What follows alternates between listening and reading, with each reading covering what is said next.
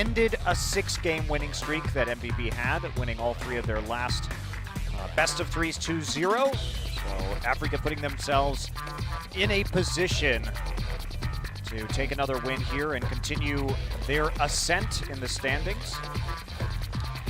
Well, I think they would probably prefer to end the season 4-5 over 3-6.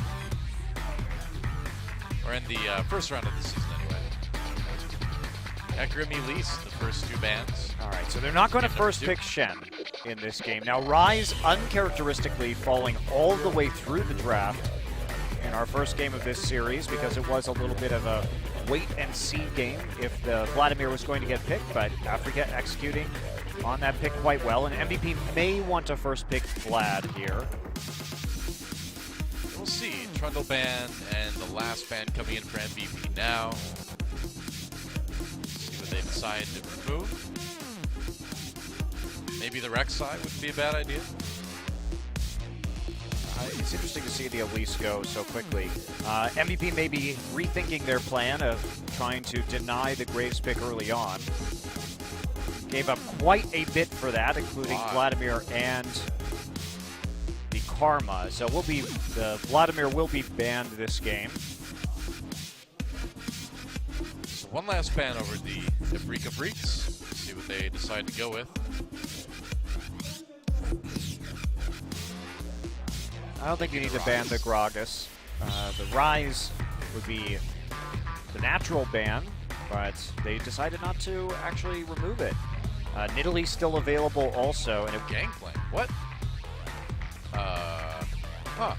I mean, we saw MVP hovering over Gangplank in game number 1, but... They have played 0 games of Gangplank this season as a team. And Nidalee immediately grabbed up for Beyond. I'm really surprised.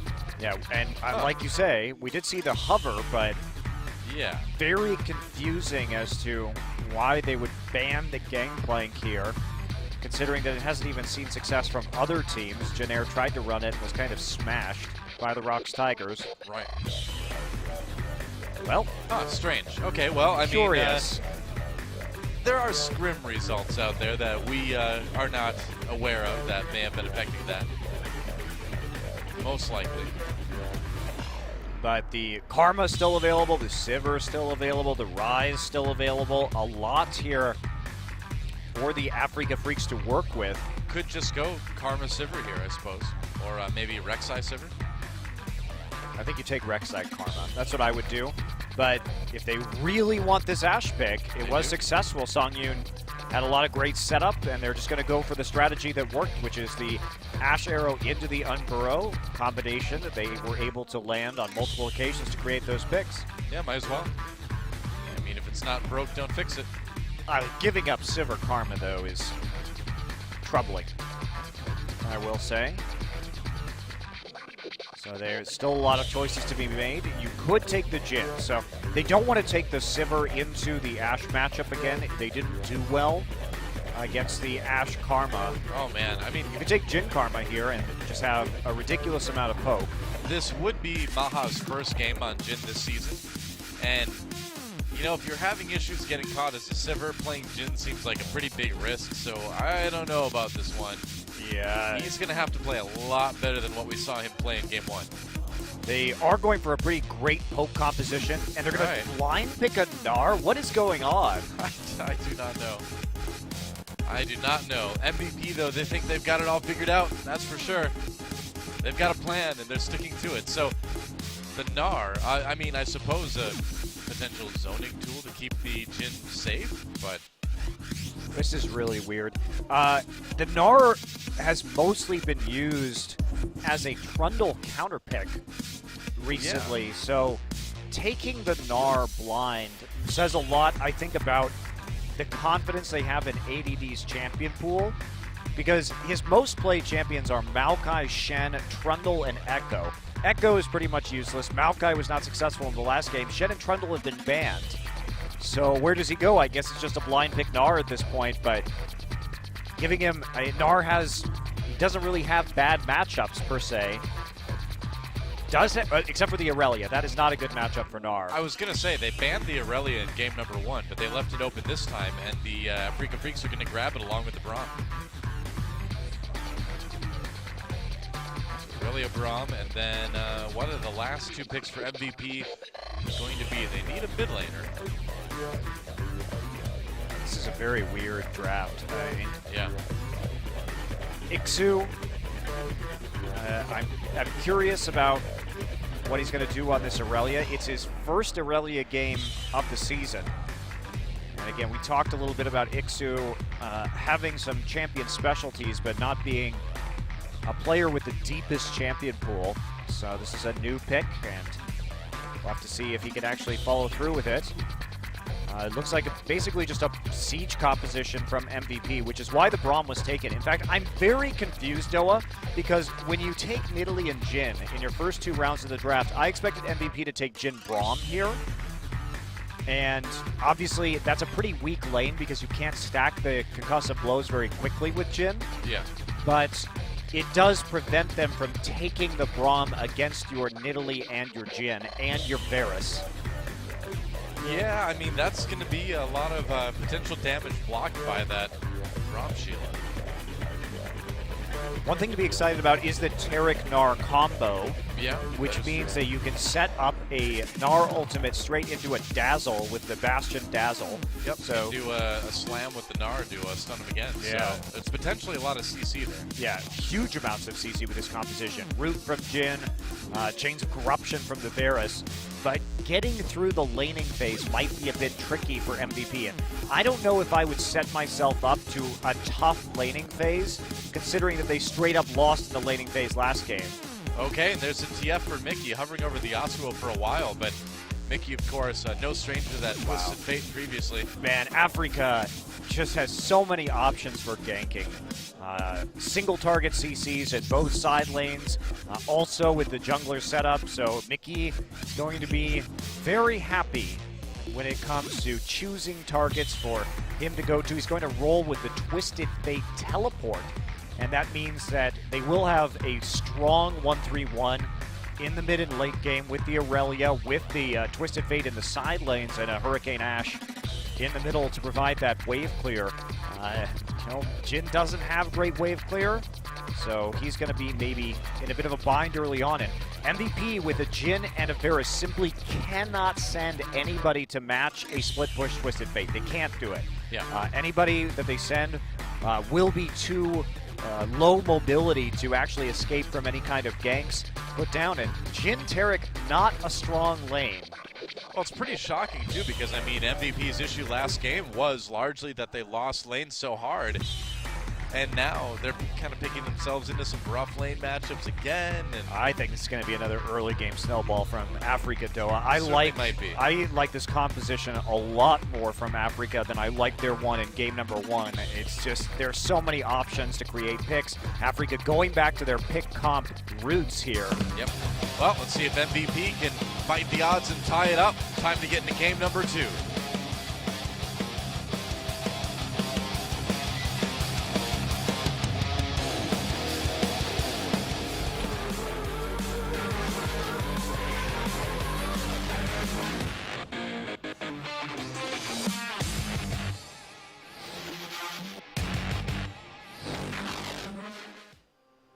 Ooh, Mountain Drake. All right, welcome to Summoner's Rift yet again. MVP versus the Afreeca Freecs. And match that we went into thinking maybe MVP had the edge here has turned around in a big way. And after kind of a mysterious pick ban, we'll say, MVP may be fighting a little bit of an uphill battle. Underlords on Jhin. Yep. Okay. Curious. So this is definitely going to be a lot about the long-range poke for the Jhin. And how is this Gnar going to work out? I don't know. It's a bit surprising, to say the least. I mean, the one thing that MVP maybe does have going for them is they do have Beyond on that Nidalee, and that's certainly a very powerful combination. Yeah, I mean, MVP, if they can get to a point in the mid game where they can siege with the pretty traditional armor penetration builds on Varus and Jhin, they will be powerful. And if they can get that Mountain Drake, they're going to be quite happy. But Afreeca can just play cross-map against them so effectively with this composition that they never even really have to group up. And if anybody overextends on MVP, they're going to have a rough time. The Aurelia split push combined with the Twisted Fate split push means that MVP is going to have to commit to some hard sieges as a 4 or 5 man group and just hope that they can push faster. Yeah. Oh. That's right, we love Hangman here. We do love Hangman here. That's right. You and Achilles kept us very entertained yesterday during the pausening. Yeah, the pausening was definitely real. If you guys missed yesterday, oh boy, there was an hour and a half of pause before the game even started. Yeah. Nice dazzle from Max and Maha to set up some damage onto Snowflower. And yep, glad to be back here where delays are just a thing that happens elsewhere, you know? It's nice. It's nice. Gank onto Ian, though. He's going to flash. That gold card coming in anyway. There with the knock-up, and that's going to be first blood for the Afreeca Freecs already. And one may begin to worry if one is a player on the MVP team right now. Yeah, we didn't even talk about this, but both mid laners not going for a cleanse here. And Ian, maybe not the most necessary considering that they banned the Elise, so it's not like it's an Elise TF combination or anything like that, but a little bit of late on the summoner spell usage means that Mickey does get the gold card, and that could set up for repeat ganks. And I just think this is a recipe for disaster. Yep, this is not a good matchup for Gnar, by the way, Doa. Yeah. Gnar has good matchups. Remember way back when in Champions Spring of last year when we saw the surprise Aurelia pick from Smeb into Marin's Gnar in the finals, and the reason why is because Aurelia can get onto the Gnar. So a lot of tanky top laners when we see him played against Trundle can't actually get to the Gnar because they lack their own movement abilities. But basically, if you walk up to the Gnar and force him to use his hop, then you could just get right on top of him with the Blade Surge and just wail on his face with true damage with the Heat 10 style. And Gnar does not deal well with that. Yeah. He only has that one movement ability, so it makes it tough. Okay, Max gets stunned, takes a lot of damage, deals a bit in return. And the other factor is because you're going to be building damage on Aurelia, the percent HP damage from Hyper is not going to be doing as much as it would to true tanks. All right, Beyond getting flanked by a Mickey here. There's the gold card. Lyra can't really follow. Yeah, Mickey doesn't have mana, so. Beyond doing a decent amount of damage in return here. But Lyra does, I believe, get those Raptors. Well, this is scary, though. We already have a 1,000 gold difference at 4 minutes into this game because of the gank on the mid lane and Ixu's dominance in this top side. Well, Mickey looking pretty good in the mid lane, too. Here comes Beyond to try to turn it around. Afreeca takes a little bit of damage as he exhausts onto Songyun. In some trouble now. Mickey comes down with the teleport. Gold card onto Max. They will trade 1 for 1 maybe here. Max staying alive. Mickey now, the one low. There's the dazzle. They trade. He manages to take out Max at the very end. So it does end up being 1 for 2 in favor of MVP. Yeah, no TPs from the top laners, so Mickey going in alone again doesn't have the flash. So 2 for 1 trade. That'll be a nice pickup for Maha, especially getting that gold lead with wacky times in that bottom lane. Let's take a look at how this happened. I mean, what a great play from Max, actually. The flash dazzle, and Beyond is just right there waiting. Yeah. Dancing Grenade gets the finisher. Mickey's going to come in, but you can see, I mean, Tarek gets very tanky with the Bastion, and so they can survive just long enough. Also, it is going to be a Rod of Ages Twisted Fate, so he didn't really have any additional damage to offer. Not even getting the CDR boots first makes skirmishing early a bit of a problem for this Twisted Fate. Definitely might. That Mountain Drake's still up for grabs, and again, you know, that's one that MVP is really going to want to have with this poke comp that they've put together. Yeah, it'd be great for, I mean, it's great for either side because Afreeca can definitely use it as a part of their 1-3-1 split push just to go through the turrets quicker, particularly once they get a Lich Bane onto the Twisted Fate. So it's going to be pretty nice. It's a crucial dragon for both of these teams that are looking to provide a lot of turret pressure, but just in different ways. Yeah. Snowflower able to take out that ward there.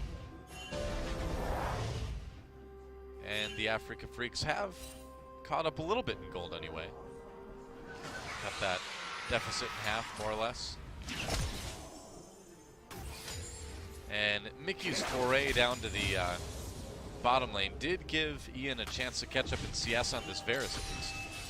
And ADD able to catch up in CS as well. Yeah, it was a bit of a boon here for ADD. Yeah, for sure. He's going to be going for a Warden's Mail first. Not going to do much against the true damage from the Heat-10 style. And Ian finally gets a blue buff. He'll be happy after last game to be able to have a buff. Yeah, he did not get a lot last time. He might not have even gotten one. I don't think he did. Yeah. They did steal them from Afreeca, but again, it wasn't a big deal considering it was Vlad and Rek'Sai. Right. A combination in the mid and jungle. They didn't care about getting blue buff at all.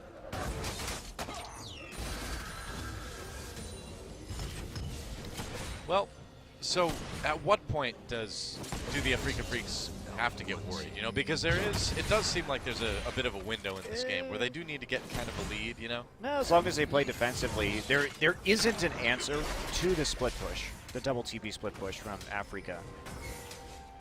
As long as they can keep wave clearing, Mickey going for a bit more sustain with the Catalyst and a bit more HP to survive the poke from MVP, but they've got some answers here. Songyun should definitely be trying to build into a Runins first.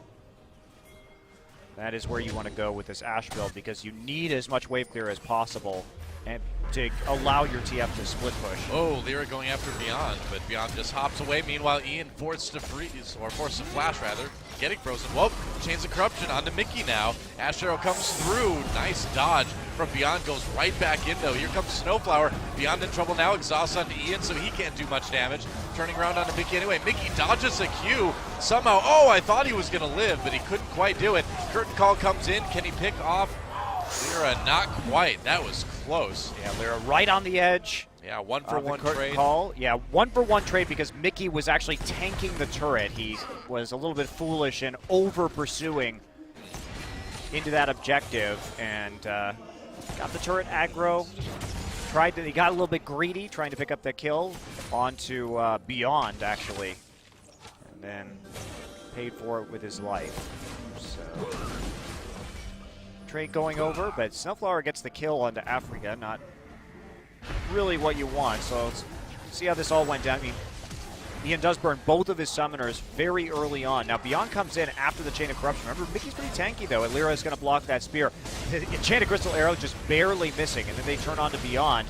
Snowflower there, and here's where Mickey gets greedy. He walks really far under the turret, takes that turret shot, then takes number 2. Doesn't quite get out of the turret leash range.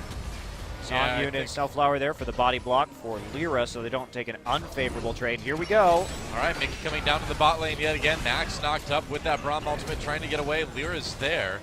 Nax will flash, so will Maha. Gets hit with the gold card anyway. Whoa, that's a lot of burst damage. Mickey exhausted. Teleport coming in, though, for the Afreeca Freecs. And as ADD joins, ADD finds himself kind of behind enemy lines. He'll be able to get away, though. Yeah, and the minion wave is just not there for them to push as a 5-man unit, so they probably should have actually canceled that TP from Ixu, but there's an arrow right onto ADD. Yeah, he's in trouble, gets blown up, knocked up, goes Meganar at the right moment, but still gets taken down by Ixu. And Songyun just really doing work on this Ashe yet again. Yeah, that's a nice reversal, so they get something out of the investment of the Twisted Fate ultimate and the use of the teleport. TP has to be used just to preserve the mid lane right now because Ian is pushing into it so hard. Mickey still without, a little bit early for the Rod of Ages, so has a few minutes to get a normal timing on it. And otherwise, just a lot of action here in the early game. Afreeca really trying to accelerate this, and that's what they should be doing with this composition, is just playing as aggressively as they can. Yeah, they've got a little bit of a lead, but MVP's been able to stay, you know, not equal, but more or less equal, I suppose. ADD really didn't want to come in behind enemy lines. And MVP, they actually have the Taric ultimate to preserve them and get back underneath the tower in spite of having pushed forward and getting the TP from TF behind them. Yeah. So coming down to the mid lane now, Ian's going to walk right into him. Aurelia all over that Varus, and there's no flash for Ian right now. He's in big trouble, man. Lyra chasing. Nice chain. Wow, they can't quite catch him. Yeah, chains the corruption, keeping him alive for the moment. ADD coming down as Beyond backs away. Gold card loaded up, though. Mickey not getting close enough to use it. MVP is just getting smashed in these skirmishes. Yeah, Lyra, though, in a lot of trouble. MVP turns around and gets one in response. Yep, no flash and no tunnel. And now Jin is here. Yep, that's right, the slow from Curtain Call. Max coming in, and Beyond picks him off with the spear. So MVP responding with 2 kills of their own. Yeah, right as I say they're getting smashed, but they respond faster with more members. Jin walks up, has the opportunity to get into the top side of the map to use the Curtain Call, and they've got all of that long-range poke, and Afreeca splitting up after successfully skirmishing and taking out most of the HP of several MVP members. Just sort of walks in and dies one by one immediately thereafter. Yeah. Let's watch that one again. Yeah, it's just, I mean, they get such an advantage, but with Beyond and Ian. But Lyra, for some reason, walks into that top side, and Nar's auto attacks do most of the work with an additional spear. And again, what we're going to see is Ixu splits off from Mickey, flashes early, but Max with a point-blank dazzle right here. Walks up, stuns him, straight into a spear. Beyond just landing the skill shots to get a couple finishers. Well, I think MVP may have found the answer to Maha. They just put him on a champion that plays so far back that he's not even in the fight. There we go. Problem solved. Still dangerous when there's Twisted Fate that can TP onto him when he is in that Curtain Call. But there's TP right behind him, outside of his cone. All right, Astro goes through, does connect to Ian. Ian again with no summoners, and he's just going to get destroyed. Yeah, he thought it was an easy kill there. He thought it was safe because Mickey didn't have his pick a card up, so wasn't anticipating the arrow coming through. But Songyun with another nice one, and that means start pushing very hard onto this mid lane. There's a lot of damage onto that mid lane turret. Right, we're getting to the scary point for MVP, where they're going to have so much armor penetration. You already see the Dirk starting to be built from MVP, and that means their poke against Afreeca is going to be massive, because it's essentially going to start doing true damage because no one on Afreeca is building armor. So it really is going to come to a head in this game as to where, who's going to push faster with the split push from MVP or just seeing the 5-man sieging. MVP may have an opportunity for Dragon. Yeah. It's been a while, bit of a late Drake. Yeah, they're going for it though. And there's no vision for the Afreeca Freecs. Ping's going down to go and check it, but they may get there a little bit too late. And this would be really big for this Mountain Drake to go over to the to MVP. Although it looks like they may lose their top turret for it. Yeah, that's a pretty decent trade for Afreeca. Yeah. I mean, getting the gold lead here is fine. And we talked about that Mountain Drake. It's still pretty important to both these teams, but very important in this situation as they force Mickey's flash. Max is doing a great job on this Taric. Curtain Call yet again. Mickey slowed down by that Beyond throwing in the spear. Mickey manages to dodge that. Mid lane turret will still go down. Whoa! Somehow Songyun's Ash Arrow goes right through the middle of the team, and it's nobody. Yeah, but that's a mid turret and a Drake just for a top turret. Well, that's really good, especially against the Twisted Fate from Mickey. Taking out that mid turret early on really limits the Twisted Fate. Well, he's going to be moving into a side lane pretty soon anyway. I suppose. But they need Songyun to get more wave clear in. He went for the dagger for the Berserker's Greaves. He must have quite a bit of money right now. And he needs to get that Hurricane as soon as possible so that they can start their split push. I'm not sure how wealthy Jin is. What do you think? How wealthy Jin is? Yeah, do you think he's a rich guy? Character? I don't know. Hard to say. I mean, he must be pretty bad at creating his art because he is actually just killing people instead of surviving off of his art. But maybe he just takes their wallets, and that's how he survives off his art. You know, he's just like, well, there we go. All right, speaking of there we go. Mickey coming in, twisted bait, Snowflower, and Songyun having to use that flash right away. ADD teleporting down, big Gnar ultimate right into the root for Songyun, or on Songyun for Maha. There's a kill for MVP. They're going to keep chasing. Snowflower not going to make it out of this one either. A double kill for Beyond. This in Italy certainly has been damaged, but man, what a great chain of CC. ADD's Gnar ultimate right into Maha's W. Deadly Flourish certainly living up to its name. Oh, Chains of Corruption, though, misses for Ian. Yeah, fortuitous timing, too, on the Gnar bar, because it was right when they were pushed too far forward to actually combat against that. They are abusing the low mobility of Ashe and Braum when they push up, and now Maha's going to have some free time on this turret, so not even having to group in that mid lane. Instead, just a quick punish there, and now finally MVP starting to have a bit of a gold lead, but there's still not an answer to this Aurelia. Songyun goes back. He completed the Essence Reaver. That is not what you want to do right now. You need wave clear in mid so that you can actually open up Mickey onto the map and get him into the side lane. Bad Songyun. Yeah, it's just pointless, right? I mean, what is he supposed to do with it, really? Do more damage? Doing more damage is great, but you need Mickey to do the damage now. Mickey also going for a Zhonya's Hourglass, or at least the Seeker's Arm Guard next. We'll see if he actually completes the Zhonya's. I would say he should go Arm Guard Sheen, and then pray that Songyun gets a Runin's Hurricane somewhat soon. Terror comes through yet again, doesn't connect with ADD, but he still will be stunned by the Braum passive. Mickey's here. Trying to get away, he's got Mega Gnar in just a second, there it is. And can ADD turn this around? Mickey could be in trouble. Yeah, they're going to go after him. Krug, though, blocks the spear. ADD low even in that Mega Gnar as he gets exhausted. Lyra locked up for just a bit. Beyond coming from the side. There's another kill coming in for MVP. Jin picks one up. Meanwhile, Aurelia gets in the back lines.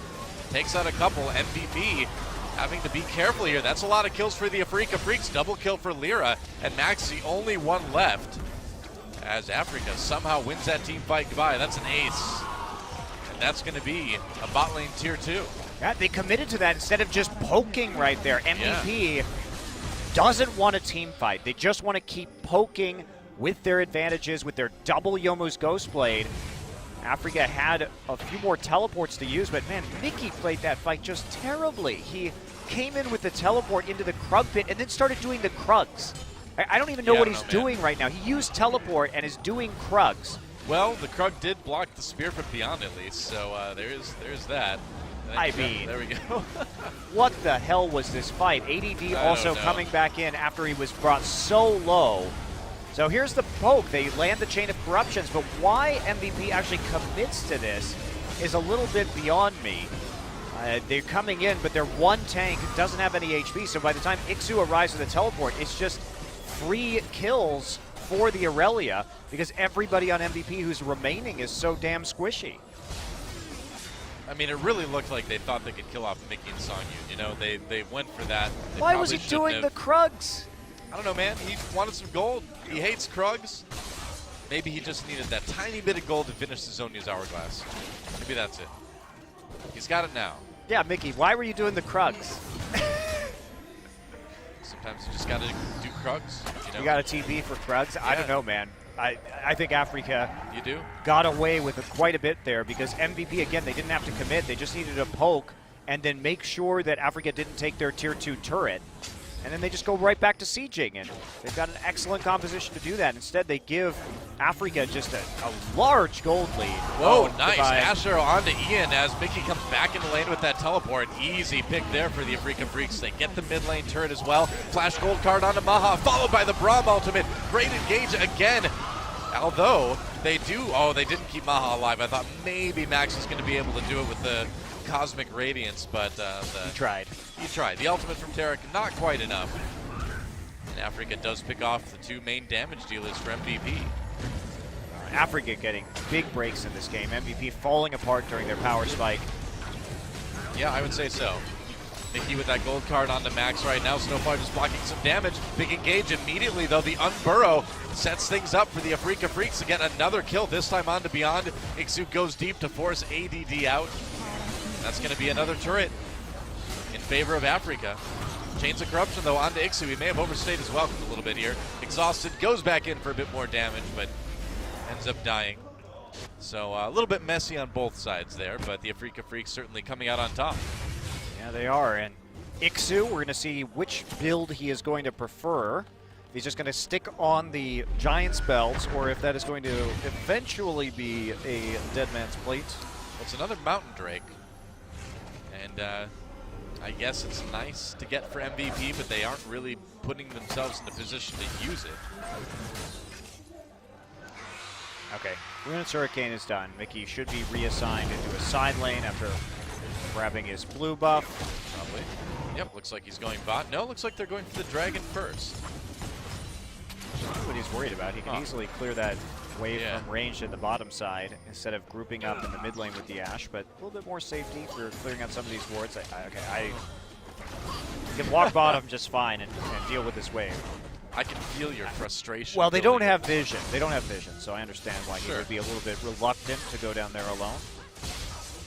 TP is available for Ixu. Ixu is also a monster at this point in time. ADD has the Frozen Mallet, I guess, trying to just kite out Aurelia. Not going to be the easiest thing in the world, though.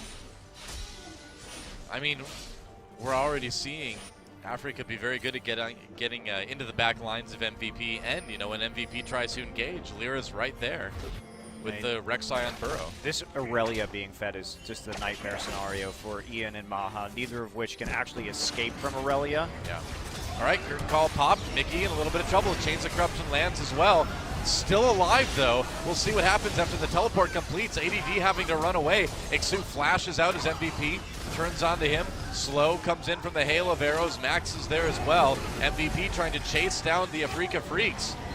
Can't believe Mickey is still alive out of here. MVP turning onto the dragon now. Also, Ixu doesn't have TP any longer, so if he leaves, he's not going to be able to come back in. Mickey, on the other hand, will get a recall. And Mickey can teleport back in, too. It looks like the Mountain Drake may go. Big Gnar ultimate, but it's mitigated, though, by the Braum Vault. Cosmic Radiance coming in. MVP gets that invulnerability for the moment. That's going to help Maha as he's jumped on. Gets the kill onto Snowflower, though, and MVP may have this team fight. Lyra, though, setting up a kill for Mickey onto Maha.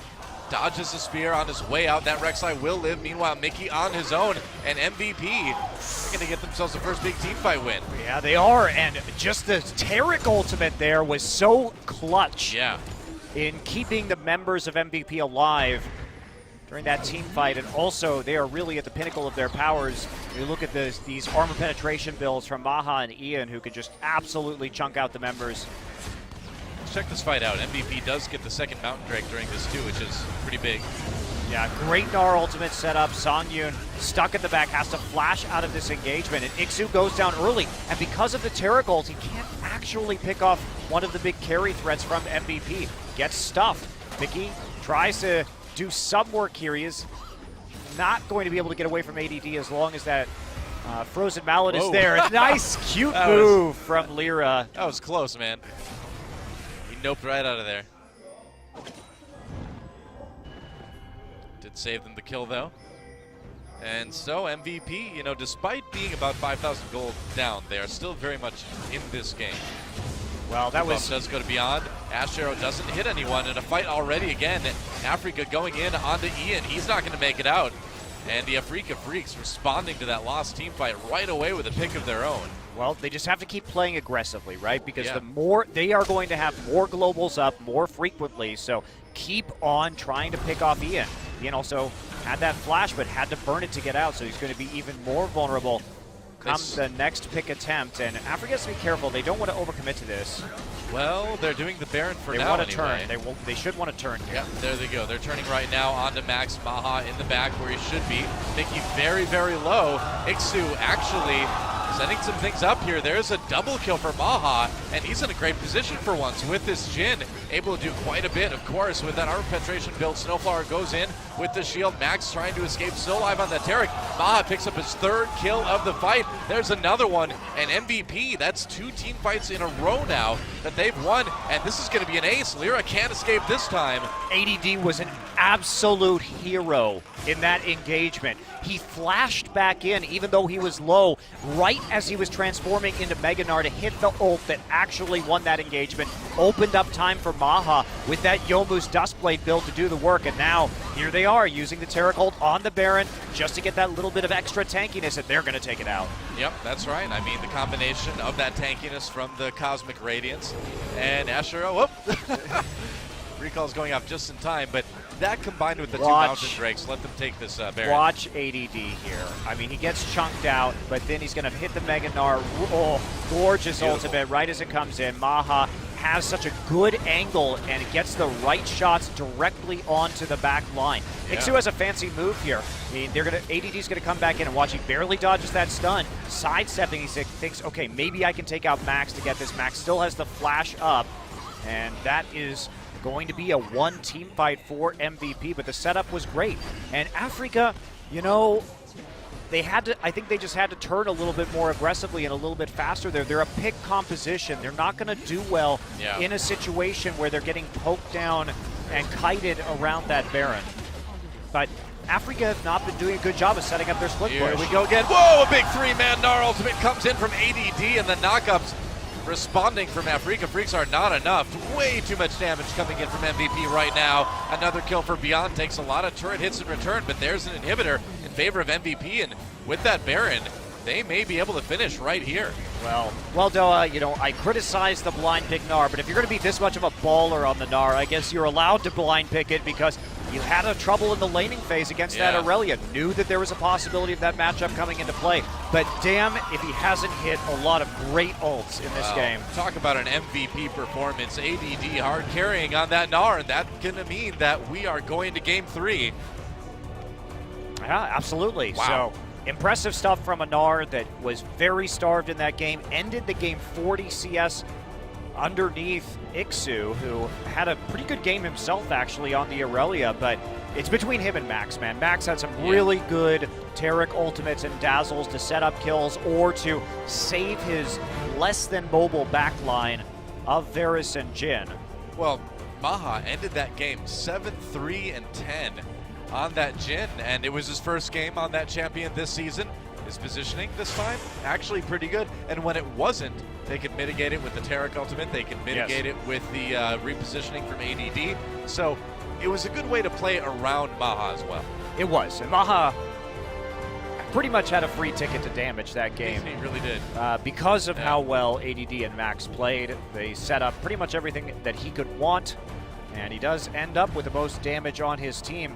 But really, Afreeca, they had an opportunity to set up for a split push, but they never actually pulled the trigger on it. Yeah. And when you have Twisted Fate with 2 globals, you have a Rek'Sai with a global, you have a teleport on your top laner, just go ahead and set up for the split push, set up for picks. Don't fight in a position where they're going to 5-man poke you down in a massive armor penetration power spike in the 20 to 25 minute window, which is really where MVP was going to be at their most potent. Yeah. Well, we said it could go to game 3. It will go to game 3. When we come back, Afreeca Freecs versus MVP. A battle to finish the first round robin strong here on LCK Summer on OGN. Don't go anywhere, guys. We'll be right back right after this.